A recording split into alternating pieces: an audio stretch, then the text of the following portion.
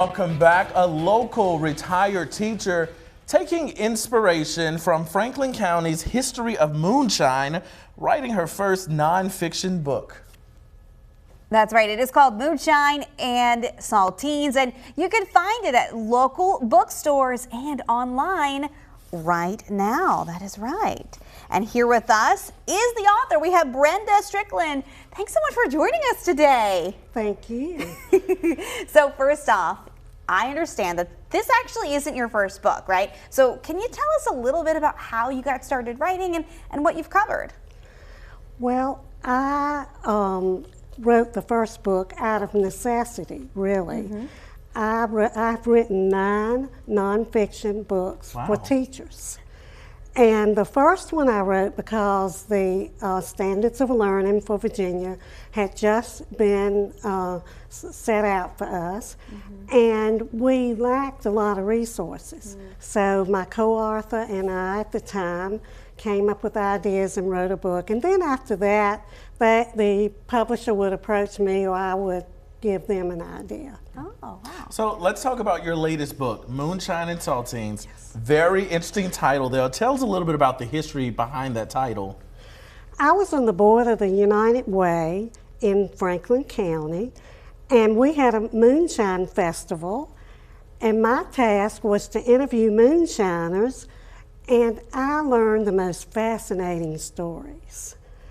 And the saltine part of the book, I am also a volunteer at the Harvester Performance Center in Rocky Mount, and we all volunteered there, and some of the friends would get together, and we called ourselves the Salteens because we loved to go to the beach and salt cave spas. I changed the name, the spelling of the name, because I was afraid Nabisco might have reciprocity, and I didn't want to get in any trouble. And we're teenagers at heart. And by the way, the names in the book, the Salteens names, they chose what they wanted to be called. The names were changed to protect the innocent. And my name is Shirley Ann Dalton in the book. I named myself after my mother, who died of COVID right before vaccines, and I wanted to honor her. Oh, that is absolutely beautiful.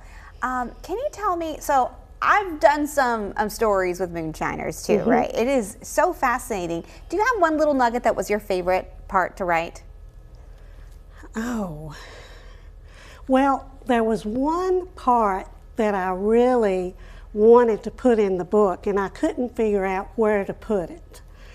And that was when a moonshiner told me that somebody was stealing his stash. And so he decided to sit up one night and find out who it was, and it was a bear. And the bear would wobble off, inebriated. And I thought that was really fun and fascinating. I know, it almost doesn't sound real. So Brenda, though, without giving too much away about the book, Moonshine and Salteens, we understand this is a mystery novel. Tell us a little bit about it, without giving too much away. Well, the Salteens go to the beach, and we find a hand in the sand dune. And we decide we're going to find out who done it. So, one example, as far as the ingenuity of the moonshiners we used to discover it, I befriended the funeral home director and talked to him into letting me use the hearse, because moonshiners used hearses to transport product so the federal agents wouldn't suspect them. And so if we thought we knew who done it, we would follow them on the hearse and they wouldn't suspect us. So that's kind of the premise of the book. Interesting. That is so fascinating. Well, Brenda, you have a book signing tomorrow. Tell us all about it, where and when. Book No Further, from 11 to 1. It's downtown on Market Street, so everybody come out and see me. All right, Book No Further, tomorrow 11 to 1. All right, and back to the book, because this book is really interesting the more I'm learning about it. You were saying, you know, you're using the hearse to solve the mystery here, but I understand you had a special, sweet way of getting information out of people. Talk about that. Well, in reality, I am the proud blue ribbon winner of a bake-off contest during court days in Rocky Mount. Wow.